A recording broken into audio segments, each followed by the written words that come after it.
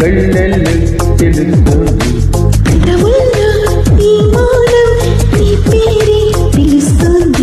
నిలవదు కథ హృదయం నువ్వు ఎదురుగా నిలబడితే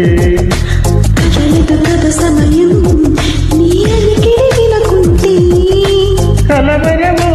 తొలివరమో తెలియని తరుణమిది గుండెళ్ళు ఏముంది